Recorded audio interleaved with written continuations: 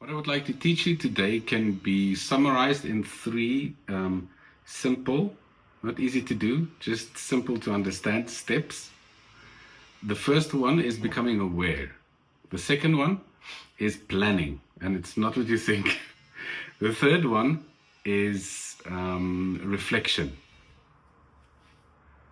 A long time ago, when I was studying to be a stage actor, I realized that there was something that I needed to give special attention to if I were to be effective as a stage actor.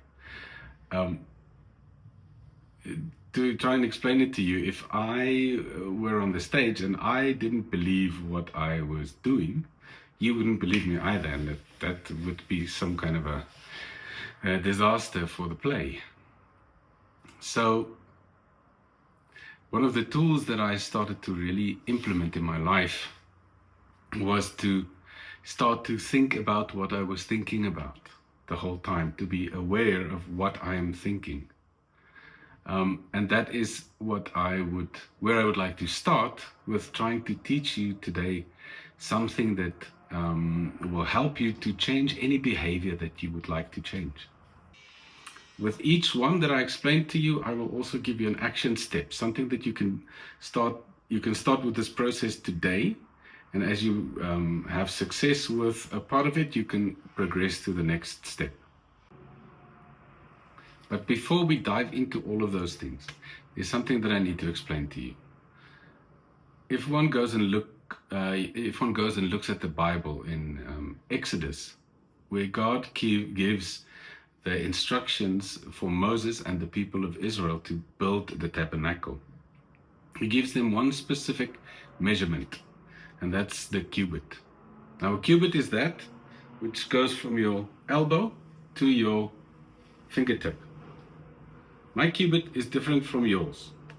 Yours might be shorter, yours might be longer. So your tabernacle, your way in which you live with God, how you walk with Him, is going to be different from mine.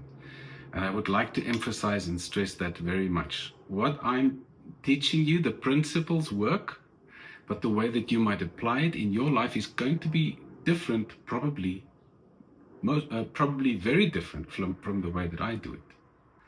As a start, I would like to read you two scriptures that are applicable, and just bear with me, let us read them, and then I'll explain later why they are applicable.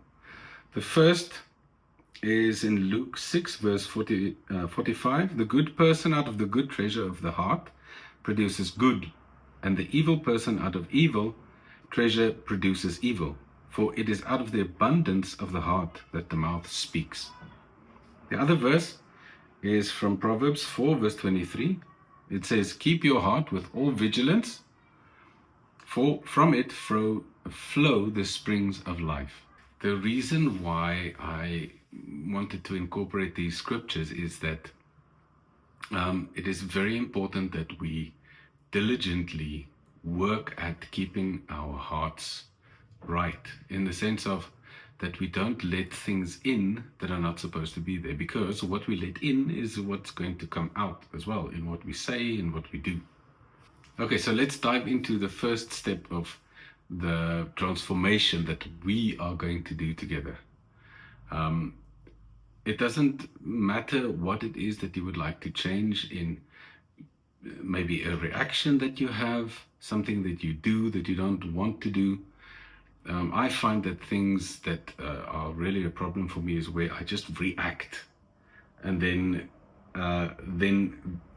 it always feels like I'm not in control of what I'm thinking or what I'm doing, where the complete opposite is possible and should be the norm for us. We shouldn't be just cruising on autopilot through life, things happening to us, and then we just react to everything as if we don't have a choice about what we have to say, or what we can say, and what we can do, and how we can react. So the first thing is to be aware, and to, if you're not aware, to become more aware of what you are thinking. I used to have a journal until it became kind of an automatic thing for me. I used to have a journal as an acting student where I would look at things that happened to me through the day, events, and I would journal and say, yes, there I became angry, or there I was feeling frustrated. And then I would go and sit and I would think about why that would have been, what would have been the trigger, what would have caused me to feel like that. What that then did after a while is that I developed a system in my mind that does not need a journal or a book or anything. I'm going to explain it to you, and it might sound a little funny, but that's what works for me. If I see that there is something that I don't want, a reaction, something that I say, something that I do, something that I think even, I flag it. In my mind, I see a little arm coming out of nowhere with a red flag that it sticks on it like a sticky note. It sticks it on that event, or it sticks it on that thought that I've had, or the whatever happened. And that's how I would then, in my mind, associate that with something that I don't want as a part of my personality and as a part of my reactions, or whatever part of me that would be. So what I suggest that you do from today is you take your telephone, your smartphone, whatever you have, make a reminder, write something, a message on it, just a quick question to yourself. And the question is, what are you thinking about? Say for every hour or every 2 hours or so, depending on how busy you are, depending on what your tolerance for interruptions like that is. You know yourself better than anyone. Just that would be my suggestion. Make a reminder, ask yourself, what are you thinking about? Now I'd like to explain something to you about the process, or the process that I used to have when I used to be an actor, for creating a character. Many people think that acting is pretending, and to a certain extent it is, in the sense that you are not trying to portray someone or something, if you are playing an animal or a horse or whatever, but someone that is not yourself. In that sense, it is pretending, but it has to be truthful. There's a bit of a contrast. Let me explain what that means. As I said before, if I don't believe what is happening to me on the stage, that it is the truth in that setting of the one wall that you look through as the audience member, then you are not going to believe me either. So the process that many actors go through, I used to go through, was you start working with the script, you work with the other actors, and then when you are not with them in the rehearsal room, or wherever it may be, or on the stage, if you are lucky to rehearse on the stage from the start, then you are at home and you are imagining what this character's life would have been like. Say I would play a judge in the Wild West, going on the circuit. I would have to know how he would react in certain circumstances. If someone were to lie to him in court, he would maybe have a huge pet peeve about that, because his brother used to lie to him and get him into trouble when they were small. So I as the actor, need to know these things, and then, but only the ones that are applicable as the script unfolds, as the story unfolds, so that I can have a truthful reaction when the character that is playing opposite me, the actor playing the character opposite me, says something or does something. I need to have a truthful reaction, so that you as the audience member believes what is happening on the stage. Now, translate that back into real life. How can we use that to change behaviors that we have that we don't like? or that we don't want to have, or that we feel is are keeping these behaviors that are keeping us back. Remember that I said that we need to be aware of what we are thinking about. Once you become aware of everything that you are thinking about, then you can start to go and reflect on that. At the end of the day, say when someone cut in front of you in traffic, you split your lid completely, you lost it, you started shouting, you started flipping people off. But you don't want to be like that, because let's be honest, it's tiring. Having these reactions but not being able to control them, that tires one out emotionally and physically. It tires me out. That's why I realized that I don't want to become angry like I used to be, because it would take me a day or two even just to recover from something like that. If you then become aware of everything that you are thinking about, you are able to identify things that trigger these things in you. Then you can go and rebuild your character in a way that pleases you. For instance, I have a problem with people cutting in front of me in traffic. I really dislike that. I really dislike people driving unsafely, not keeping to the speed limit, not blinking, all those things. So if I'm driving and all of those things happen, then at the end of my drive, I am exhausted because I'm angry about everything.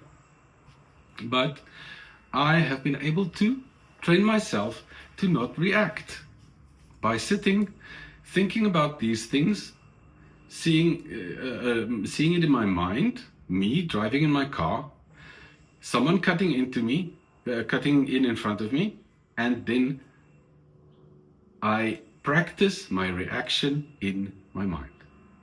I see myself sitting back, taking my foot off the gas pedal, letting them come past, and blessing them in my mind, maybe with words saying, I hope you find the way through it to drive safer in the future.